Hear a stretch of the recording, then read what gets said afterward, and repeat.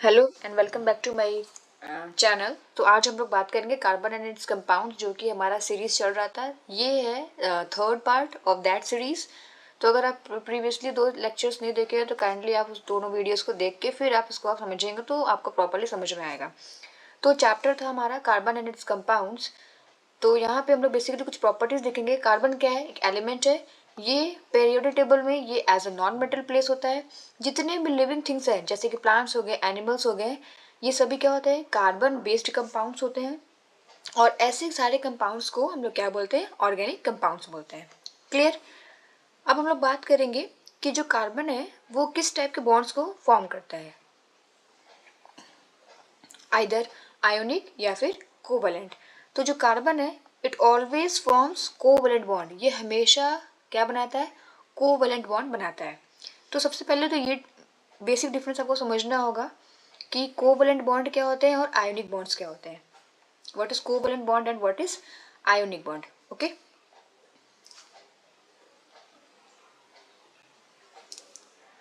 So first हम समझते हैं what is ionic bond. What is the basic difference between ionic bond and covalent bond? जो covalent bond है, covalent bond हमेशा sharing से बनता है, शेयरिंग ऑफ इलेक्ट्रॉन से।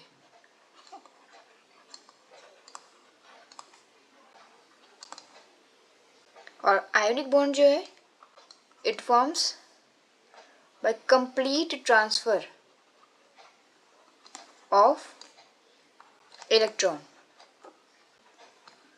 For example, if we consider example like NaCl, sodium chloride, अगर हम लोग कंसिडर करें एग्जाम्पल सोडियम क्लोराइड का, तो ये किससे बना हुआ है? सोडियम से बना है और क्लोराइड से बना हुआ है। तो सबसे पहले हम लोग देखते हैं सोडियम। इसका एटॉमिक नंबर कितना हो जाएगा? 11।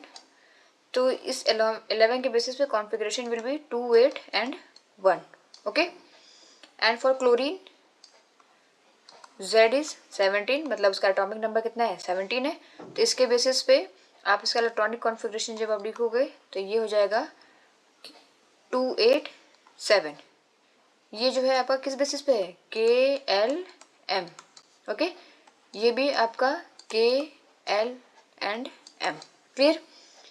तो आपने ऑक्टेट रूल पढ़ा होगा। ऑक्टेट रूल, ऑक्टेट रूल क्या कहता है? ये जो एलिमेंट्स हैं ये स्टेबल होंगे कब? जब इनका ऑक्टेट क्या होगा? कंप्लीट होगा। मतलब जो इनका वैलेंस शेल है, वैलेंस शेल यानी कि इसमें सोडियम के केस में आप देखोगे तो वैलेंस शेल क्या है? आपका M। यानी वैलेंस शेल का मतलब क्या होता है बेटा? कि जिसमें हमारा सबसे आखिरी वाला इलेक्ट्रॉन, जो लास्ट इलेक्ट्रॉन होता है, वो किस शेल में जाता है? तो ये जो लास्ट इलेक्ट्रॉन है सोडियम के केस में 1, ये किस शेल में गया है? M शेल में। ओके, तो हमारे M शेल में इसके पास कितना होना चाहिए? 8 इलेक्ट्रॉन होना चाहिए। ओके, उसके बाद क्लोरीन में भी वैसे ही है। यहाँ पे जो हमारा शेल है, outermost shell, that is your M shell, और यहाँ पे हमारे पास 7 इलेक्ट्रॉन्स हैं। तो सोडियम के केस में या तो वो क्या करेगा? सोडियम का जो केस है, या तो वो एक इलेक्ट्रॉन को यहाँ से बाहर निकाल दे, तो कॉन्फ़िगरेशन हमारा बन जाएगा 2 एंड 8। ओके, या फिर दूसरा केस क्या हो सकता है कि ये 7 इलेक्ट्रॉन्स को ऐड कर ले, है ना? अगर वो 7 इलेक्ट्रॉन्स किसी से ले लेता है तो कॉन्फ़िगरेशन क्या बन जाएगा? 2, 8, 8।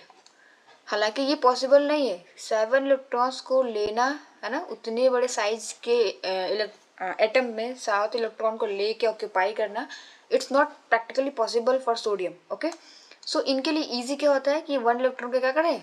लूज कर दें। तो यहाँ पे कॉन्फ़िगरेशन क्या बन जाएगा? 2 एंड 8। तो यहाँ पे हम लोग सोडियम को कैसे रिप्रेजेंट करेंगे? सोडियम जो है इसने क्या किया है? अपना एक इलेक्ट्रॉन लूज कर दिया है और यहाँ पे इसने क्या बना दिया है? Sodium ion. इसका कॉन्फ़िगरेशन क्या था? सोडियम का 2, 8, 1, और इसका कॉन्फ़िगरेशन क्या हो जाएगा? 2 एंड 8। ठीक है, समझ में आया? अभी इन दोनों को आप कंपेयर करोगे तो this will be more stable, because अब इसके लास्ट शेल में यानी कि L शेल जो हमारा है, इसमें आपके पास कितने इलेक्ट्रॉन्स है? टोटल 8 इलेक्ट्रॉन्स है। ओके, 8 इलेक्ट्रॉन हो गया, तो ये क्या हो गया आपका स्टेबल हो गया, यानी कि सोडियम आयन क्या है अपने पेरेंट एटम से सोडियम से ज़्यादा स्टेबल हो गया। अगर हम लोग कंसिडर करें अब क्लोरीन के बारे में बात करें, तो क्लोरीन का भी कुछ वैसा ही है, 2, 8 एंड 7। आइदर ये 1 इलेक्ट्रॉन को क्या करे, ये 1 इलेक्ट्रॉन को एक्सेप्ट कर ले, ये क्या करे 1 इलेक्ट्रॉन को क्या कर ले एक्सेप्ट कर ले, है ना, 1 इलेक्ट्रॉन को इसको दे दे, डोनेट कर दे, या फिर ये पूरे के पूरे 7 इलेक्ट्रॉन क्या कर दे बाहर निकाल दे। तो प्रैक्टिकली इसके पास भी एक चांस यही रहता है, ये क्या करेगा 1 इलेक्ट्रॉन को एक्सेप्ट करके ये क्या कर लेगा, यहाँ पे कॉन्फ़िगरेशन बना लेगा 2, 8, 8। अभी ये क्या हो गया स्टेबल हो गया, है ना। तो जो भी एलिमेंट इलेक्ट्रॉन लूज करते हैं उनके पे चार्ज आता है प्लस, ठीक है, और जो एलिमेंट्स इलेक्ट्रॉन को गेन करते हैं उनके ऊपर चार्ज आएगा नेगेटिव, मतलब किसी से ले रहे हो तो नेगेटिव चार्ज, और आप दे रहे हो that then you gain the element will gain positive charge. तो हमारे पास क्या बन गया सोडियम +1, 1 क्यों आया क्योंकि यहाँ पे इसने 1 इलेक्ट्रॉन लूज किया था, और आपके पास क्लोरीन इसने माइनस लिया क्योंकि इलेक्ट्रॉन लिया, कितना इलेक्ट्रॉन लिया 1 इलेक्ट्रॉन, ठीक है, this sodium ion and then chloride ion. अब ये दोनों कैसे बने, अब देखो बेटा यहाँ पे हुआ क्या है, ये जो 1 इलेक्ट्रॉन है आपके पास, ये जो इलेक्ट्रॉन है 1 इलेक्ट्रॉन है ना, सोडियम ने खुद को स्टेबल करने के लिए 1 इलेक्ट्रॉन को लूज किया, ओके, और क्लोरीन ने खुद को स्टेबल करने के लिए 1 इलेक्ट्रॉन को एक्सेप्ट किया। तो इसने लूज किया और एक्सेप्ट किसने कर लिया क्लोरीन ने। तो यहाँ पे क्या हुआ ट्रांसफ़र हुआ इलेक्ट्रॉन का, सोडियम ने अपना इलेक्ट्रॉन किसको दे दिया क्लोरीन को दे दिया, इसका जो 1 इलेक्ट्रॉन था इसने अपना 1 इलेक्ट्रॉन किसको दे दिया क्लोरीन को दे दिया। तो इसके भी ऑक्टेट कंप्लीट हो गया और इसके भी ऑक्टेट कंप्लीट हो गया। तो यहाँ पे क्या हुआ है आपने देखा है ना कंप्लीट ट्रांसफ़र, ये जो इलेक्ट्रॉन है बीच में नहीं है, ये इसने पूरा निकाल के किसको दे दिया है क्लोरीन को, ओके। तो इस तरीके से आपका जो सॉल्ट है NaCl का फॉर्मेशन होता है, इसमें कि हमारा जो 1 इलेक्ट्रॉन है वो पूरी तरीके से सोडियम से ट्रांसफ़र देता है किसको क्लोरीन को, ओके क्लियर। तो ये था आपका आयोनिक बॉन्ड जिसमें कि क्या होता है कंप्लीट ट्रांसफ़र होता है इलेक्ट्रॉन का, जिसमें मैंने सबसे अच्छा एग्जांपल देखा, सबसे बेसिक एग्जांपल देखा सोडियम क्लोराइड का। अब हम लोग बात करेंगे कोवलेंट बॉन्ड की, ओके। अब इस चैप्टर में आपको कोवलेंट बॉन्ड के बारे में ही ज़्यादा फोकस रहना है, क्योंकि जो कार्बन होता है, कार्बन हमेशा क्या बनाता है कोवलेंट बॉन्ड बनाता है, क्लियर।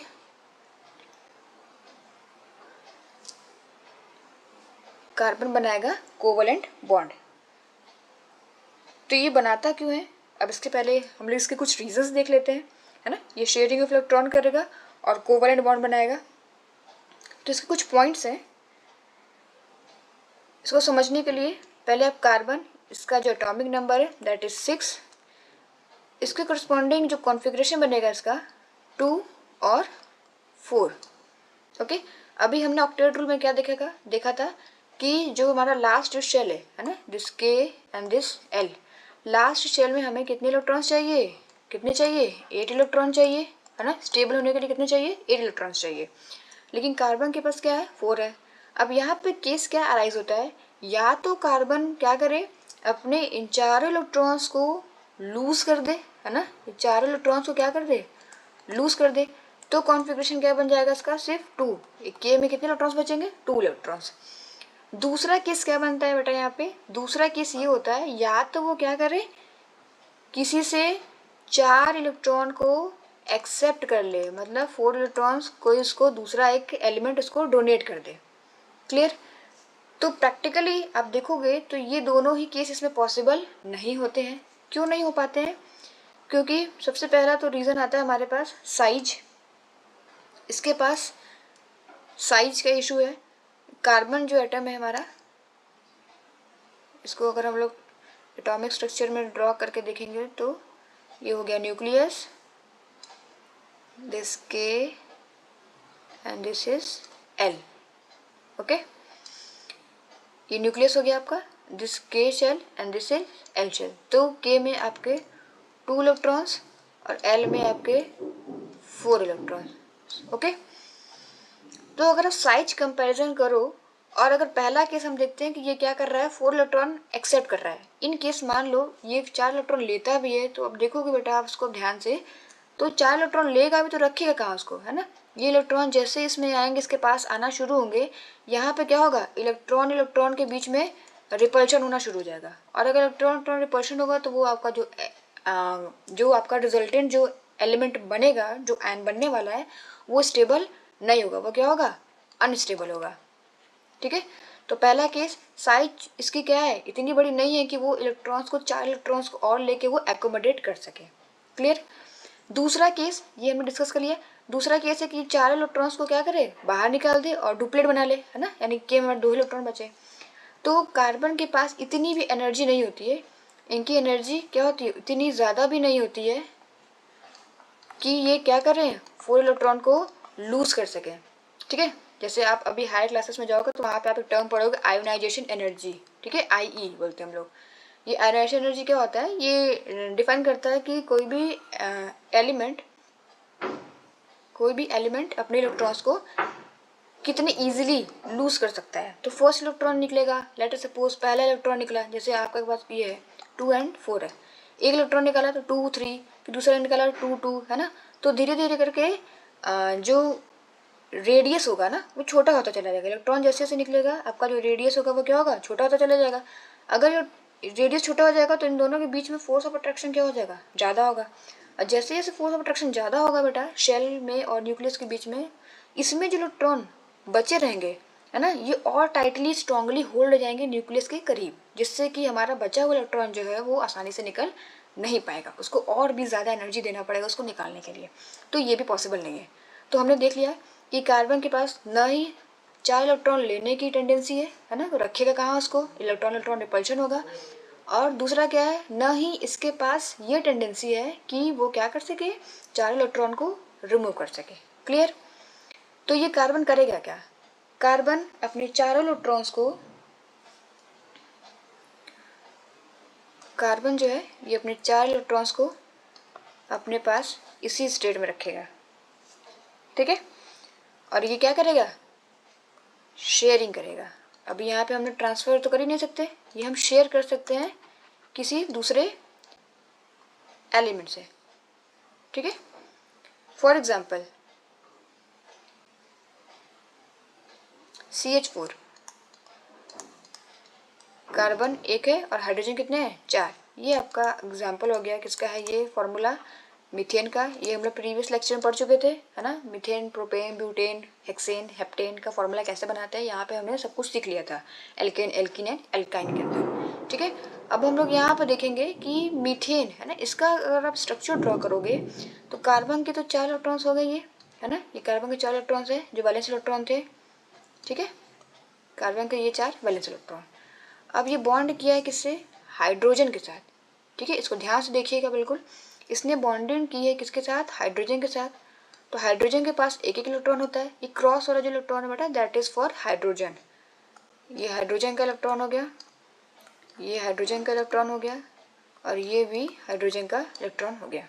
ओके, अब जब भी 2 इलेक्ट्रॉन्स मिलते हैं बेटा तो ये आपका बनाता है एक सिंगल बॉन्ड। 2 इलेक्ट्रॉन्स हमेशा एक सिंगल बॉन्ड बनाएंगे। अगर 4 इलेक्ट्रॉन होंगे तो एक डबल बॉन्ड बनेगा, और अगर 6 इलेक्ट्रॉन्स होंगे तो क्या बनेगा, एक ट्रिपल बॉन्ड बन जाएगा। क्लियर। तो यहाँ पे देखेंगे अगर आप इसको, तो इसमें कितने इलेक्ट्रॉन्स आ रहे हैं बीच में, 2 इलेक्ट्रॉन्स आ रहे हैं, ये 2 इलेक्ट्रॉन्स, यहाँ भी 2 इलेक्ट्रॉन्स, इधर भी 2 इलेक्ट्रॉन्स, और यहाँ भी 2 इलेक्ट्रॉन, यानी कि हाइड्रोजन का जो डुप्लेट है ना, वो क्या हो गया, कंप्लीट हो गया।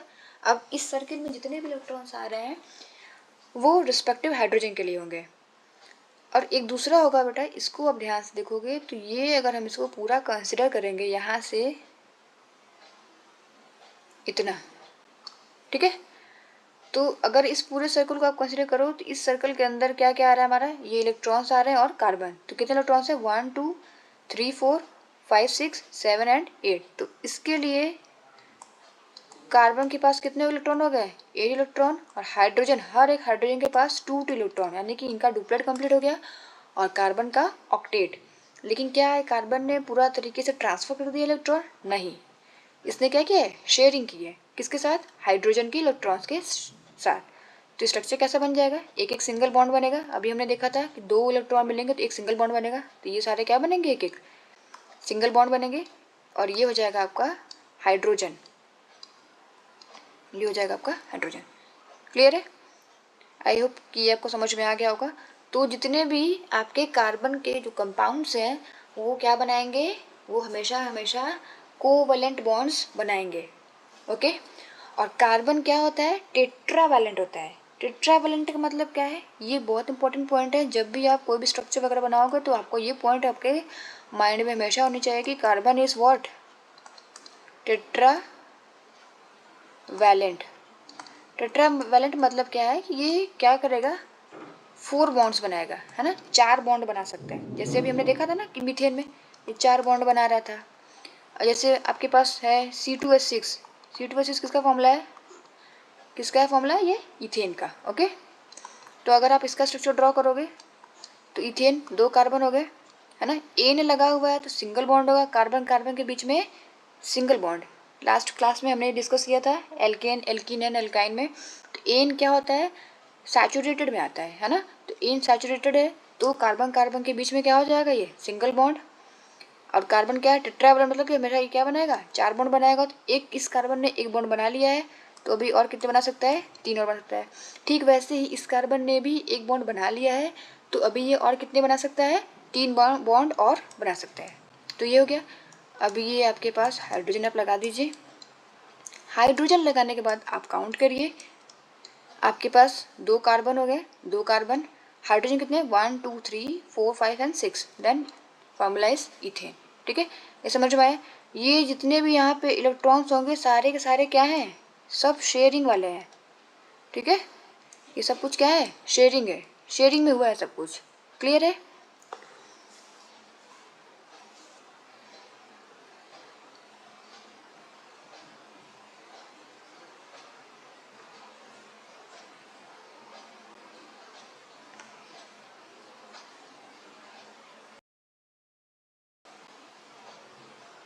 नेक्स्ट प्रॉपर्टी है आपकी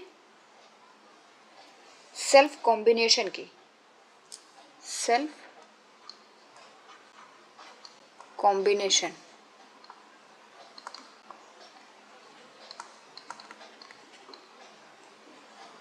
सेल्फ कॉम्बिनेशन की, तो इसके लिए आपको एक स्टेटमेंट आप नोट डाउन कर लीजिएगा। The property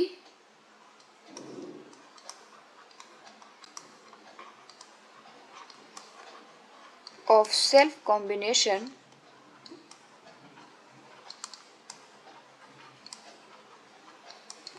of carbon atoms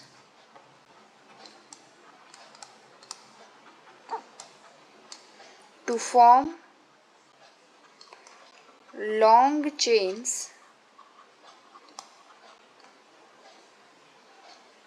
the property of self combination of carbon atoms to form long chain, जिसको कि हम लोग क्या बोलते हैं, कैटिनेशन बोलते हैं।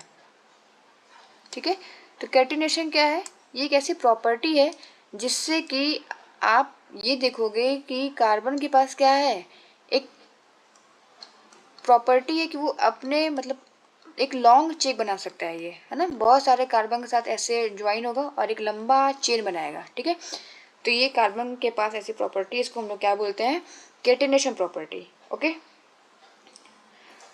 उसके बाद नेक्स्ट एक छोटा सा टॉपिक है इसका, एलोट्रॉप्स। हालांकि इसको डिस्कस करेंगे हम लोग डिटेल में लास्ट में, बस यहाँ पे मैं ये बता दे रही हूँ कि एलोट्रॉप्स क्या होता है और कार्बन के कितने एलोट्रॉप्स हैं।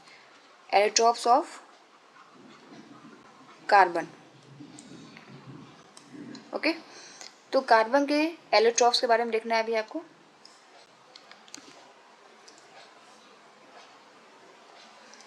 व्हाट इज एलोट्रॉप, सबसे पहले ये आता है कि ये टर्म है एलोट्रॉप, ये एलोट्रॉप क्या होता है ना। तो एलोट्रॉप्स क्या होता है बेटा, द वेरियस, कुछ डेफिनेशंस आपको लर्न करने पड़ेंगे। The various physical form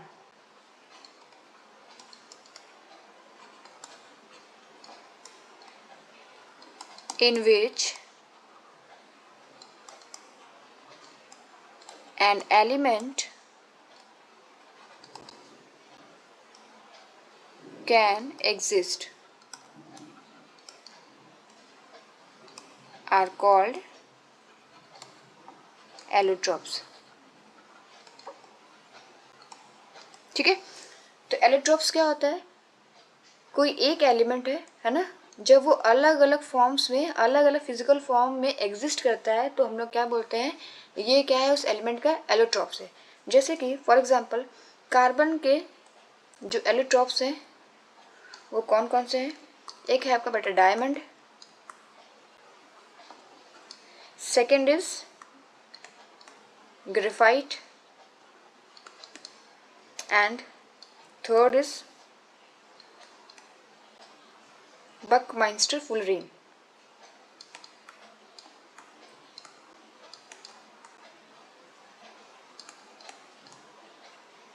okay, ये सारे क्या है, कार्बन के एलोट्रोप्स है। मतलब ये सब कुछ बने तो हुए हैं किससे, कार्बन से ही बने हुए हैं। डायमंड, ग्रेफाइट, बकमाइंस्टर फुलरिंग, ये सब किससे बने हुए हैं, कार्बन से ही बने हुए हैं। लेकिन ये इनका जो फॉर्म है वो आपको अलग अलग देखने को मिलेगा।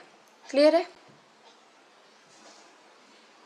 तो अब हम लोग एलोट्रोप्स के बारे में, साइक्लिक सैचुरेटेड हाइड्रोकार्बन्स के बारे में नेक्स्ट वीडियो में डिस्कस करेंगे। Hope you like this video. Kindly share among your friends. Do comments. Thank you for watching.